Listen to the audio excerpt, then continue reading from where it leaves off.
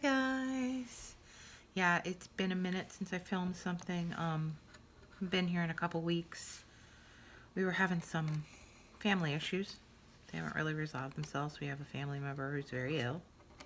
Um, but I'm still trying to participate, and I'm still trying to do the things that need to be done on daily life. So you guys know that I'm on Priscilla from Release the Craftin's design team. She has issued a challenge for February um, called Show Me Your Hardcover. I generally make hardcover books, so it's too hard for me to make a hardcover. But she indicates that most people make soft covers, which I kind of saw in my groups, but I'm not that way. I almost always make a hardcover. I've only made like 2 or 3 soft covers, and that's generally been when they've been required for a swap. At any rate, I decided that I was going to try and, support her challenge because she's a super nice person. And, yeah, I got glue strings everywhere, guys. And so this is my Release the Craft and Show Me Your Hardcover entry, I guess, for her challenge. And I had to throw it together relatively quickly. It's not something I usually say about a book because I'm usually so inspired that it just goes together quickly. Had a bit of a rough time. I guess the fact that I kind of had to do something made it a little bit challenging for me. I don't know what that says about my personality. At any rate, so I went to my favorite fallback type of theme, which is steampunk and or mermaids. In this case, steampunk mermaids. And this is what I came up with for my Show Me Your Hardcover. So here is, oh, the lighting's terrible here, a close-up of the cover. Here is the binding. God, I have the worst, sorry guys, I have this sunlight coming in up here. And here is the back cover. It's very simple. It's a bit of an alligator mouth already because I made the cover before I made the book, which I never do. I usually make the book, the signatures first, and then figure out how deep I want my cover spine to be. But I telling you, I had a hard time with this. So my ties are just some ribbon, and I may replace this because it's kind of it's not fabric ribbon, it's kind of like that papery kind of ribbon that damages easily. So it matched the colors very well, so I used it. But if I find something else similar that matches the colors, I may change out. Boy, my son is playing havoc with my filming here. Okay, so I did something really basic. I didn't do a lot of embellishment. I did some because y'all know me. I have to embellish a little bit. I used a few steampunk kits and a few mermaid digitals from Etsy. I'll try to remember where I got them from or look it up. But regardless, none of the kits are Priscilla's, which is odd for me. But this is her challenge. So here's the first page. It's a printable from Steampunk. And this is also printable. Now, I think these are from a packet I got from Victoria Designs. I did get a huge, like, undersea packet from them. I also got a huge steampunk packet from them when they're on sale. I don't know if you're familiar with them, but like once or twice a year they have like a huge, like 50% off their bundles sale. This is a bag that I received in some Happy Mail, and I cut out a Tim Holtz light bulb with a Sizzix die cut I had. These are some die cuts of gears and sea life. And in here, God, what is wrong with this? With this little tag, it has a mermaid charm, some dyed blue lace, and yeah, a seashell die cut and some inking going on in the background there. And that holds that in there. I did a lot of stamping throughout this book, which I do not normally do, but I had the rubber stamps from Graphic 45's Voyage Under the Sea, and it's steampunk and it's kind of mermaid-ish, so yeah, they fit really well. I love this. This is my favorite stamp ever. Here I did a little tuck with a die cut of a mermaid, die cut of some scales, some gears. Let me tell you, I used almost my entire stash of gears. I had to order more gears on Amazon because I just used so many real metallic gears instead of cutting them out with my Sizzix, because I do have the die for that. But I don't know, I was trying to put this together fast, so I just used what I had at hand. Yeah, and that's a tuck. Just some tea stain ledger, another digi. This is also a digi. Little stamping going on in the corner. Another digi. This is some wide washi, which I had in my stash. Some more stamp work. Also a digi. These are some chipboard pieces that I had ordered a long time ago. I don't even know if they still make these. And I've been hoarding them, and I was like, okay, they're perfect for this theme. So they came regular chipboard color. I used like 4 different kinds of oxidizing inks. I used some gold rub and buff wax, and then I used some of those metal gears. And these are die cuts, and these are metal gears. This was an envelope I got at work. It was really big. I folded it in half. I glued the one side shut, and then I just made it a top loading pocket. I ran it through my embossing folder, and then again used tons of inks and dyes and waxes. There's some silver, some gold wax, Tim Holtz Distress ink in Mermaid Lagoon, I think, a green, and vintage photo. Again, a little stamp work on the center of the signature. Here's the other side of that envelope. Again, top loading pocket. Just glued the side shut. Digi, stamp work. This is some Tim Holtz paper. This is a digi, some more stamp work.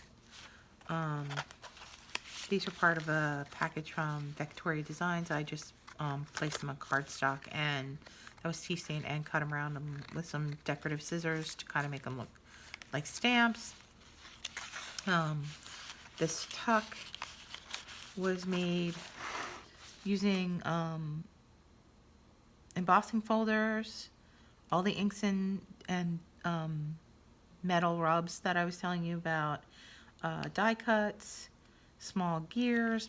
They're all real metal gears. And yeah, it's just a tuck on the side there. This is a digi, some stamping. This is a tag that I made. This flips up for journaling. Some more stamping. This is a tuck pocket.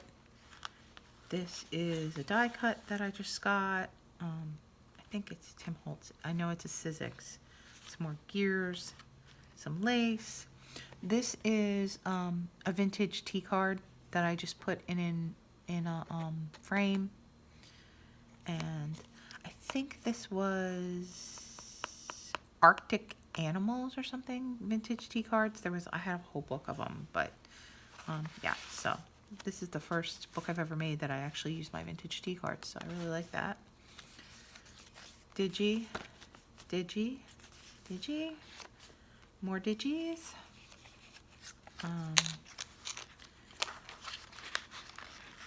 This was a digi. I just backed it on some cardstock and put some gears on it. I think that was Victoria Designs as well. I added some gears to this little tea-dyed tag. Some more stamping. Digi. Here is a tag I made from a tea-stained alteration tag and some of that wide washi. I just covered the front with wide washi. Used a die cut, 2 die cuts actually, but this background is a die cut as well. And then this is one of those Tim Holtz reinforcers. Here I use some of the dyes and inks and metallic rubs to make a pocket. This is a piece of fabric, some antique lace, and die cuts. This is actually a brad. It's the only one I had left. I used to have like a million different shapes of shells. Oh, and this outside is an offcut from a die cut, you know, like the centerpiece that comes out. Digi, more digis. This is the back flap of an envelope. Did some stamping on it. There's a little tag I created. Let's get up there better, yeah. There's another one of those antique tea cards. Oh my god, look at my fingers, they're such a mess. And some die cuts, and it's just on a tea stain tag. There's some more stamping I did. This is some tea dyed paper. This is a die that I got from the Wish app, and it cuts the circle out, so I just backed it with some like steampunk themed clockwork paper, added some gears, made it a tuck. I just have plain tea stained tag in there. There's a digi behind it. More digis. I love this tea stain. I think it turned out looking like an octopus put its suckers on it. I don't know if you can see it, but see, isn't that cool? Yeah, love that. Not sure how that happened. You know, happy accident, right? Here's another one of those chipboard pieces that I distressed. And these are 2 different digis that I combined. And these are some real metal gears. This is an envelope that's been tea stained. It's the center of the signature. This is some background paper that I got off of Pinterest. Again, just a digi here. It's more of that paper that looked like octopus suckers to me. This is just a little tag I made with a charm and some paper and a paper clip. Again, another one of those Victoria Designs cards. Digi, stamping. I know, I usually don't use things over and over in a book, but I love her, and I love, there's an octopus that I stamped in here multiple times that I love too, so yeah. Some stamping, a digi. This is a digi in the background. This is a giant envelope. I made a tuck on it. This is just a tea stained tag. This is some more of that paper that I embossed and treated with a million different inks and waxes and such. Closest I get to multimedia. Here is some metal cogs and gears. This is a metal watch charm that looks like a clockwork inside, and some lace, which is vintage. Tea stain paper, digi. Here, this is a digi that I cut out of a page. It's just a portion of a page. Die cut, metal gears, die cut, and I washi it in place and backed it with some lined paper that was stained, so that gives some extra room for journaling or what have you. There's some stamping. This is another vintage tea card that I just put on a paper clip and made, like, you know, an altered paper clip.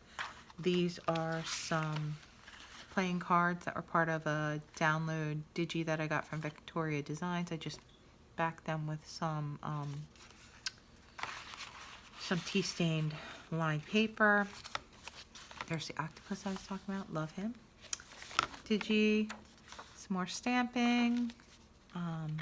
Digi. This is a tag I got in some Happy Mail. I just stamped a compass on it.